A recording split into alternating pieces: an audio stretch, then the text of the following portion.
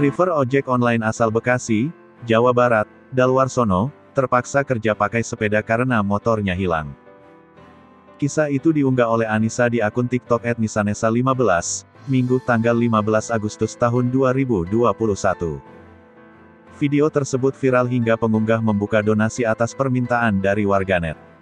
Saat dihubungi, Anissa mengaku setiap hari melihat Dalwarsono bekerja menggunakan sepeda. Ia pun merasa sedih ketika driver ojol itu harus mengantarkan banyak makanan dengan sepeda tersebut.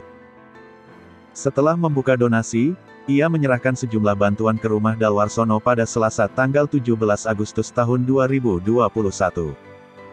Ia membelikan sepeda motor baru, karena sebelumnya driver ojol itu harus kehilangan motornya. Dia kerja pakai sepeda karena motornya hilang saat kerja.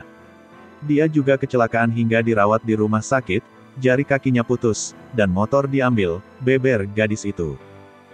Sedih banget, makanya aku mau buka donasi buat bapaknya, lanjut dia.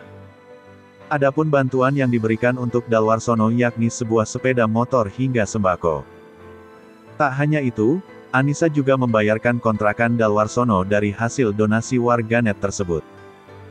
Yang diberikan motor, handphone, sembako, bayar kontrakan selama 3 bulan. Kami belikan alat-alat kontrakan lengkap, mulai kasur, kipas, lemari, dan alat masak, terang dia.